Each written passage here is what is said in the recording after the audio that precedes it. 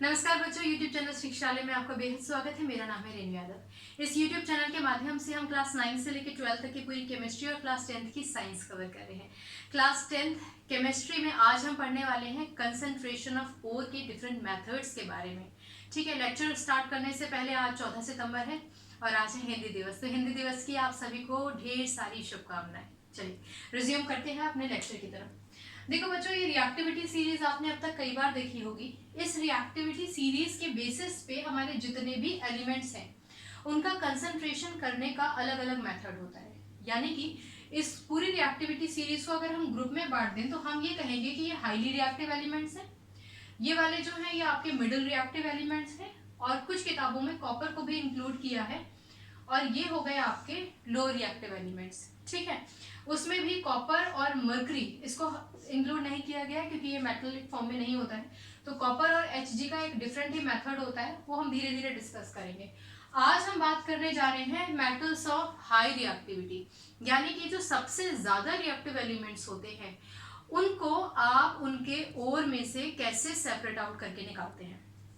अभी तक तो आप ये जानते हैं कि हमारा जो अर्थ क्रस्ट है उसमें जो मिनरल्स, वो मिनरल्स जिसमें से हम मेटल को प्रॉफिटेबली और कन्वीनियंटली निकाल सकते हैं उसको हम ओर बोलते हैं, आप जानते हो ना। तो आप ये भी जानते होंगे कि ओर्स अलग अलग फॉर्म में एग्जिस्ट करते हैं। कई बार वो क्लोराइड के फॉर्म में एग्जिस्ट करते हैं, ठीक है, कई बार वो ऑक्साइड्स के फॉर्म में एग्जिस्ट करते हैं, अलग अलग वेज में एग्जिस्ट करते हैं, कार्बोनेट के साथ एक्सेट्रा एक्सेट्रा। वो हम नहीं अभी डिस्कस करेंगे, अभी हम ये डिस्कस करेंगे। तो हमारे पास अगर मैं इन एलिमेंट्स की बात करूं, KNaCaMg, तो ये सारे के सारे क्लोराइड के फॉर्म में एग्जिस्ट करते हैं। यानी कि KCl फॉर्म में एग्जिस्ट करेगा, और में NaNaCl फॉर्म में एग्जिस्ट करेगा, CaCl2 फॉर्म में एग्जिस्ट करेगा, और MgCl2 फॉर्म में एग्जिस्ट करता है। अगर एल्यूमिनियम की बात करें तो एल्यूमिनियम ऑक्साइड और शो करता है, यानी कि Al2O3 फॉर्म में एग्जिस्ट करता है। ठीक है, तो ये जो elements of high reactivity series है, इन एलिमेंट्स में हमें इस मेटल को इस क्लोरीन से अलग हटाना होता है। इन सारे ही केसेस में जो मेटल्स हैं उन मेटल्स को हमें क्लोरीन से सेपरेट आउट करना है। तो कैसे सेपरेट आउट करेंगे उसकी कहानी हम पढ़ेंगे। साथ ही साथ एल्यूमिनियम के केस में हमें एल्यूमिनियम को ऑक्सीजन की लेयर से हटाना है, दूर हटाना है, ठीक है, उसको सेपरेट आउट करना है। उसी मेथड के बारे में आज हम पढ़ने वाले हैं। क्लियर बच्चों, जिस मेथड से हम इन केसेस में मेटल को क्लोराइड से या फिर एल्यूमिनियम के केस में एल्यूमिनियम को ऑक्सीजन से अलग हटाते हैं, उस मेथड को हम बोलते हैं इलेक्ट्रोलिसिस। आज हम इलेक्ट्रोलिसिस का लेक्चर लेने वाले हैं। बहुत ही प्यारा लेक्चर है। बच्चों को ये टॉपिक बहुत ही ज्यादा डिफिकल्ट लगता है, जबकि ये टॉपिक बहुत ही ज्यादा प्यारा है। आपको सिर्फ ध्यान से सुनना है, नथिंग एल्स। ओके, चलिए लेक्चर शुरू करने से पहले एक एग्जाम्पल लेते हैं NaCl का और देखते हैं NaCl कैसे बना था। बच्चों, अगर आपको लगता है कि NaCl कैसे बनाए हमें मालूम है, फिर भी आप ये सुनिए, क्योंकि जो इलेक्ट्रोलिसिस मेथड है उसमें equation formation, compound formation NaCl का आपको हेल्प करेगा। क्लियर, चलिए मैं इसको हटा देती हूँ। इलेक्ट्रोलिसिस अब आपको मालूम है मेथड क्या होता है कि हम वो पढ़ने जा रहे हैं। ओके, NaCl की अगर मैं बात करूं तो Na sodium plus Cl2 combine करके NaCl बनाते हैं। ठीक, अगर मैं इन दोनों को बैलेंस करूं तो यहाँ पे 2 लग जाएगा और यहाँ पे 2 लग जाएगा, यानी कि 2NaCl आ जाएगा। आपकी किताब में दे रखा होगा कि अगर आप 2NaCl को तोड़ते हैं तो ये 2Na positive plus 2Cl negative बनाता है। अब आप सोच रहे होंगे ये तो बहुत सिंपल सी बात है। ठीक है, हाँ एग्जैक्टली सिंपल है, इसको समझते हैं, क्योंकि ये जो सिंपल इक्वेशन है यही आगे जाके बच्चों को कॉम्प्लिकेट कर देती है इलेक्ट्रोलिसिस में। तो पहले तो इसको समझ लीजिए, 2NaCl किससे मिलके बना है, 2Na और 2Cl नेगेटिव। यानी कि इस केस में मेरे पास 2 Na थे, और आपको मालूम ही है कि दोनों ही सोडियम के पास ऑब्वियसली एक एक इलेक्ट्रॉन खाली था, बाहर वाले शेल में एक एक इलेक्ट्रॉन फ्री था। अगर मैं इन क्लोरीन की बात करूं तो मेरे पास 2 क्लोरीन थे। आपको मालूम ही है कि दोनों ही क्लोरीन के बाहर वाले शेल में 7 इलेक्ट्रॉन है, यानी कि एक एक इलेक्ट्रॉन की शॉर्टेज है। सिंपल है। इस सोडियम ने अपना एक इलेक्ट्रॉन इसको दिया, इस सोडियम ने अपना एक इलेक्ट्रॉन इसको दिया, यानी कि आपके पास ये जो 2 Na थे 2Na, इन्होंने टोटल कितने इलेक्ट्रॉन्स दिए, इन्होंने टोटल 2 इलेक्ट्रॉन्स दिए। एक इलेक्ट्रॉन इसने, एक इलेक्ट्रॉन इसने, क्योंकि 2 सोडियम है तो 2 लगा दिया, 2 इलेक्ट्रॉन दिए, क्योंकि दोनों ने 2 इलेक्ट्रॉन दिए इसीलिए आपके पास आ जाएगा 2Na पॉजिटिव। क्लियर। अगर आप केवल सोडियम की बात करें तो ये कितना हो जाएगा Na पॉजिटिव, क्योंकि इसने एक इलेक्ट्रॉन दिया। ये कितना हो जाएगा Na पॉजिटिव, क्योंकि इसने भी एक इलेक्ट्रॉन दिया। दोनों को हम 2Na पॉजिटिव लिख सकते हैं। सिंपल है, बहुत ध्यान से सुनिए। वहीं कुछ किताबों में आपको लिखा मिल जाएगा कि 2Cl नेगेटिव ने इलेक्ट्रॉन लिए, कितने इलेक्ट्रॉन लिए, 2 इलेक्ट्रॉन लिए, और ये कंबाइन करके बना दिए Cl2, sorry 2Cl negative. Simple है।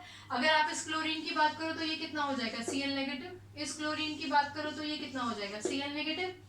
टोटल आपके पास कितने आयन आ गए क्लोरीन के, 2, तो ये कितना हो गया 2Cl नेगेटिव। क्लियर। क्योंकि अल्टीमेटली तो एक नेगेटिव चार्ज मतलब 2 negative charge, 2 negative charge. Clear. ऐसे ही जब सोडियम अपने आयनिक फॉर्म में आ जाएगा तो एक पॉजिटिव चार्ज मतलब 2 पॉजिटिव चार्ज, और आप जब यहाँ पे 2 लिख देते हो तो मतलब 2 पॉजिटिव चार्ज।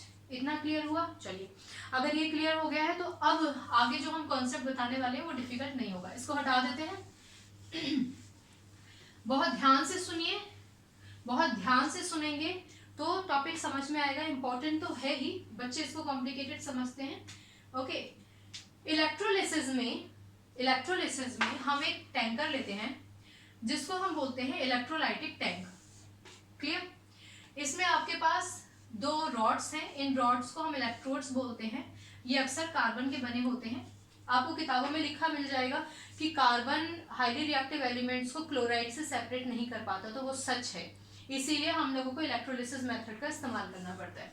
इसको हम एक बैटरी से कनेक्ट कर देते हैं। आपको मालूम है बैटरी का बड़ा वाला जो टर्मिनल होता है वो पॉजिटिव होता है, छोटा टर्मिनल नेगेटिव होता है। क्लियर। जो नेगेटिव टर्मिनल होता है उसको हम बोलते हैं cathode, that is known as cathode. तो ये जो टर्मिनल है आपका ये हो जाएगा कैथोड, और जो पॉजिटिव टर्मिनल से जुड़ा होता है उसको हम बोलते हैं एनोड। सिंपल सा ढांचा समझा रही हूँ पहले, फिर प्रोसेस की बात करेंगे। अच्छा, इसमें ये बात ध्यान रखिए कि इनमें से जिस भी एलिमेंट का आपको इलेक्ट्रोलिसिस करना है उसी का पिघला हुआ मोल्टन फॉर्म आप यहाँ पे ले लोगे। अगर मैं कहूँ कि मुझे NaCl का इलेक्ट्रोलिसिस करना है, यानी कि मुझे NaCl में से Na को Cl से अलग करना है, तो मैं NaCl का मोल्टन फॉर्म यानी कि पिघला हुआ फॉर्म लूंगी। यानी कि इस टैंकर में मेरे पास है NaCl, और NaCl अपने पिघले हुए फॉर्म में है। ठीक है, पानी डाल के हमें उसको लिक्विड फॉर्म में कन्वर्ट नहीं करना है, इसका कारण मैं आपको बताऊंगी। इतना समझ में आ गया। तो ये NaCl है आपके पास मोल्टन फॉर्म में। ऑलराइट, चलो अब आगे की कहानी सुनो। आगे की कहानी में बढ़ने से पहले दोबारा से सुन लीजिए, ये इलेक्ट्रोड है, ये इलेक्ट्रोड है, ये जो टैंकर है इसको हम बोलते हैं electrolytic tank, electrolytic tank. Clear. और ये जो NaCl है जो पिघले हुए फॉर्म में है इसको हम बोलते हैं इलेक्ट्रोलाइट। क्लियर हो गया। चलो, NaCl कैसे बना था आपको मालूम है। सोडियम ने अपना एक इलेक्ट्रॉन क्लोरीन को दिया, क्लोरीन ने वो इलेक्ट्रॉन ले लिया और दोनों के दोनों आपस में इलेक्ट्रोवैलेंट बॉन्ड यानी कि आयनिक बॉन्ड से जुड़ गए। पर अब क्या होता है, जब इस टैंकर में NaCl की मौजूदगी में इलेक्ट्रिसिटी पास की जाती है, जैसे आप प्लग ऑन करते हैं इलेक्ट्रिसिटी पास होती है, वो इलेक्ट्रिसिटी क्या करती है, इन दोनों को तोड़ देती है। तो जब ये टूटेंगे तो ऑब्वियसली अभी तक Na पे 1 पॉजिटिव और Cl पे 1 नेगेटिव चार्ज है, क्योंकि अभी तक जो सोडियम ने अपना एक इलेक्ट्रॉन दिया था वो क्लोरीन के ही पास है, और क्लोरीन ने जो इलेक्ट्रॉन लिया था वो उसी के पास है। इसलिए सोडियम देने वाला था इसलिए पॉजिटिव, क्लोरीन लेने वाला था इसलिए नेगेटिव। अब तक की तो कहानी सिंपल है। इलेक्ट्रिसिटी आई, दोनों की दोस्ती तोड़ दी, दोनों साथ में कंबाइन किए हुए थे, और अब उनको मालूम है कि जब तक इलेक्ट्रिसिटी रहेगी तब तक अब हम साथ में नहीं रह सकते हैं। क्लियर हो गया।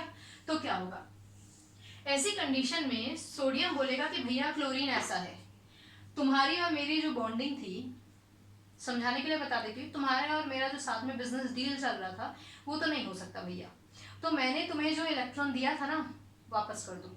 ठीक, तो Na क्या करेगा, ये Na जिसमें पॉजिटिव चार्ज है, Na पॉजिटिव, इसने कितने इलेक्ट्रॉन दिए थे, 1 इलेक्ट्रॉन, वो 1 इलेक्ट्रॉन वापस ले लेगा, एक इलेक्ट्रॉन वापस ले लेगा। आप यहाँ पे 1e लिखो या E नेगेटिव लिखो एक ही बात है। अब क्योंकि इसने ऑलरेडी दे रखा था तो इस पे पॉजिटिव चार्ज था, इसलिए हमने यहाँ पे Na पॉजिटिव दिखाया है। ये Na पॉजिटिव कहता है भैया मेरा इलेक्ट्रॉन वापस करो, क्योंकि ये इलेक्ट्रॉन वापस ले रहा है इसलिए हमने यहाँ पे प्लस शो किया है। इलेक्ट्रॉन पे नेगेटिव चार्ज होता ही इसलिए नेगेटिव। अब क्योंकि इसने अपनी दी हुई चीज वापस ले ली है तो ये हो जाएगा Na, इस पे कोई चार्ज नहीं रहेगा। यहाँ एक पॉज लीजिए और ये मान के चलिए कि ये एक इलेक्ट्रॉन है। अगर मैं आपको ये इलेक्ट्रॉन दे दूं तो मैं कौन हुई, दाता, तो मेरे पास पॉजिटिव चार्ज आ जाएगा क्योंकि मैंने एक इलेक्ट्रॉन दिया तो मैं 1 पॉजिटिव, और आप पे आ जाएगा नेगेटिव चार्ज क्योंकि आप लेने वाले हैं। लेकिन अगर हम और आप दोनों साथ में बॉन्डिंग रख के आगे कोई बिजनेस नहीं कर सकते, कोई काम नहीं कर सकते, कंपाउंड फॉर्मेशन नहीं हो सकता, तो मैं बोलूँगी भैया मुझे अपना इलेक्ट्रॉन वापस दो। तो जब तक मैं आपको अप्रोच करती हूँ तब तक तो मैं पॉजिटिव थी ना, पर अब मैंने आपसे मेरा इलेक्ट्रॉन वापस ले लिया तो जो मेरे पास पॉजिटिव चार्ज था वो भी गायब हो गया। और क्योंकि जब तक मैं आपसे मांगने आई तब तक आप मेरे उसमें थे, एहसान में थे, क्योंकि मैंने आपको इलेक्ट्रॉन दिया, ठीक है, तो उस पर नेगेटिव चार्ज था आपके पास। लेकिन जैसे ही आपने मेरा इलेक्ट्रॉन वापस किया, क्या आपके पास कोई चार्ज बचा? नहीं बचा। Very good. तो क्लोरीन कहता है कि ठीक है भाई, इतना काहे को गुस्सा होते हो, पकड़ो अपना इलेक्ट्रॉन। तो क्लोरीन जो अभी तक नेगेटिव चार्ज था वो इलेक्ट्रॉन वापस कर देता है, पकड़ो अपना इलेक्ट्रॉन ले लो।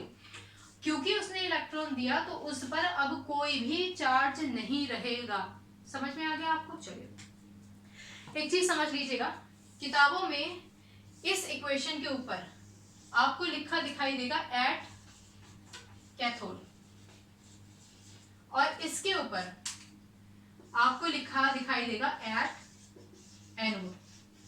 बहुत ध्यान से सुनिए, किताब में तो डिफरेंट एक और यहाँ पे 2 ऐड कर रखा है, वो मैं समझाऊंगी, पहले बेसिक समझ लो।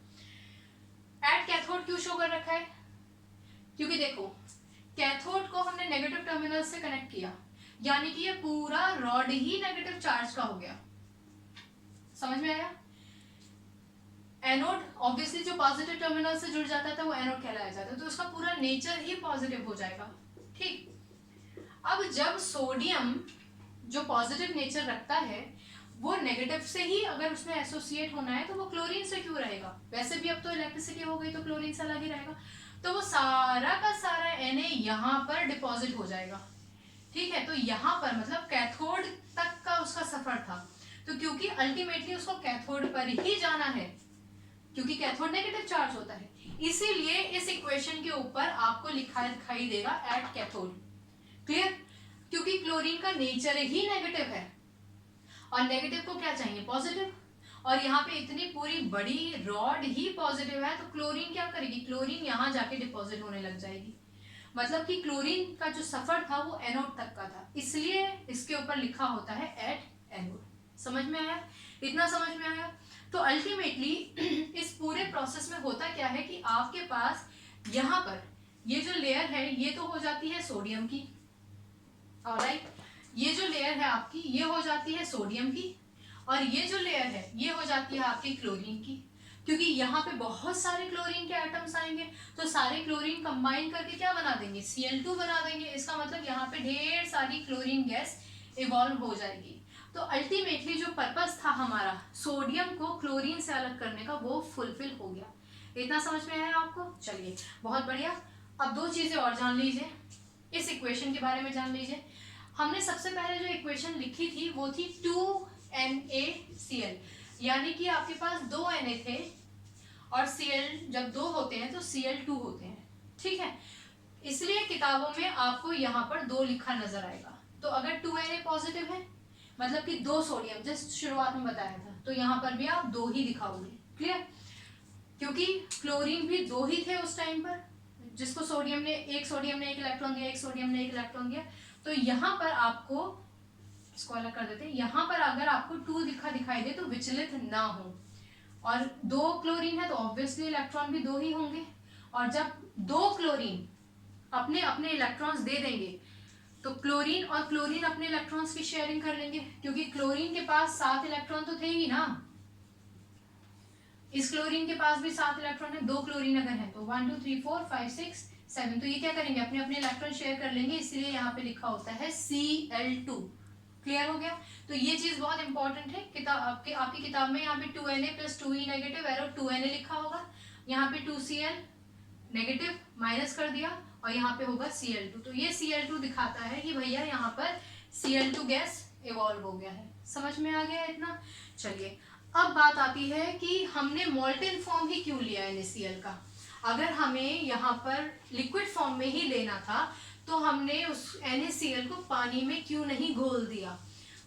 उसका एग्जाम्पल ये है, अगर आप NaCl को पानी में घोलकर उसको मोल्टन फॉर्म में लेकर आओगे तो क्या होगा भाई, ये टूटेगा H पॉजिटिव और OH नेगेटिव में, और डेफिनेटली ये भी, क्योंकि इलेक्ट्रिसिटी पास करोगे तो ये भी टूटेगा Na पॉजिटिव Cl नेगेटिव की केस Cl नेगेटिव में। तो भैया H और Cl तो कंबाइन करके HCl बना लेंगे, ठीक है।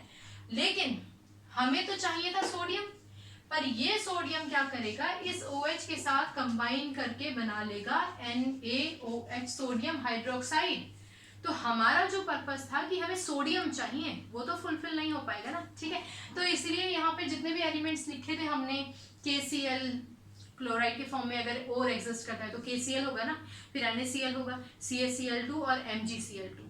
इन एलिमेंट्स के बारे में हमने कहा ना कि अपने क्लोराइड फॉर्म में एग्जिस्ट करते हैं, तो इन सभी के हमें मोल्टन फॉर्म ही लेने होंगे। किसी भी कंडीशन में हम NaCl को एक्वस नहीं करेंगे, हम हमेशा उसको मोल्टन फॉर्म में ही लेंगे। आ गया बात? ओके। तो ये एक सिंपल सी छोटी सी कहानी है इलेक्ट्रोलिसिस की, जो बहुत ही ज्यादा इंपॉर्टेंट। याद रखिएगा, जितने भी क्लोराइड ओर हैं उन सब को हम इलेक्ट्रोलिसिस से ही सेपरेट करते हैं। और आज हम बात कर रहे हैं हाई रिएक्टिव एलिमेंट्स की, जो ऊपर थे एलिमेंट्स उनकी, ठीक है। चलो अब हम बात करते हैं एल्यूमिनियम के सेपरेशन को किस तरीके से हम करेंगे। ओके, मैंने अभी अभी आपको बताया कि एल्यूमिनियम ऑक्साइड फॉर्म में एग्जिस्ट करता है, यानी कि ऑक्सीजन के लेयर के साथ ऑक्सीजन के साथ कंबाइन कर लेता है, ठीक है। कहने का मतलब है एल्यूमिनियम आपको Al2O3 फॉर्म में मिलेगा। तो इसकी भी हम इलेक्ट्रोलिसिस करते हैं। वही एक टैंकर लिया, आपके पास यहाँ एक इलेक्ट्रोड है, ये एक इलेक्ट्रोड है। अब आप जानते ही हैं, बैटरी से कनेक्ट कर दो, जो पॉजिटिव टर्मिनल है वो इस पूरे को पॉजिटिव बना देगा। अच्छा, पॉजिटिव को क्या बोलते हैं? Very good, anode. ऑलराइट, और ये क्या है आपका नेगेटिव? नेगेटिव को क्या बोलते हैं? कैथोड, ठीक है। और यहाँ पे आप क्या करोगे? Al2O3 लोगे, Al2O3। Al2O3 लेने का सबसे बड़ा पर्पस यही है कि आपको इसकी इलेक्ट्रोलिसिस करनी है, ठीक है ना। मोल्टन Al2O3 लोगे, क्लियर। अब क्या करेंगे? इलेक्ट्रिसिटी पास करेंगे। जैसे ही इलेक्ट्रिसिटी पास करेंगे ये टूट जाएगा, Al3 पॉजिटिव O2 नेगेटिव में, क्लियर। आपको मालूम है कि क्योंकि ये Al3 पॉजिटिव है, इसका सफर कहां तक होगा? कैथोड तक, यानी कि इसको तो भैया कैथोड पे जाना है, इसलिए किताबों में आप लिखा देखोगे एट कैथोड, क्लियर। कैथोड पर जाकर क्या होगा? अच्छा एक बात समझ लो, Al होता है 3 पॉजिटिव, O होता है 2 negative, valency 3 valency 2, criss cross कीजिए, इसको हटा दीजिए, तो ये कितना हो जाएगा? Al2O3। यानी कि एल्यूमिनियम आपके पास टोटल कितने हैं? एल्यूमिनियम है आपके पास 2, क्लियर। आपके पास एल्यूमिनियम कितने हैं? 2। अदरवाइज अगर आप दिखाना चाहें तो आप क्या दिखाएंगे कि भैया एल्यूमिनियम के पास 3 इलेक्ट्रॉन थे, 3 पॉजिटिव चार्ज था, सॉरी, एल्यूमिनियम के पास 3 पॉजिटिव चार्ज था, यानी कि उसने अपने 3 इलेक्ट्रॉन किसी को दे रखे थे, वो तीनों इलेक्ट्रॉन वापस ले लेगा। वापस ले लेगा तो ये किस में कन्वर्ट हो जाएगा? एल्यूमिनियम में। क्योंकि एल्यूमिनियम का नेचर ही पॉजिटिव होता है, ये नेगेटिव टर्मिनल की तरफ जाएगा, यानी कि कैथोड पर एल्यूमिनियम की लेयर आ जाएगी, क्लियर। सिंपल तरीके से समझा रही हूं। अब क्या होगा?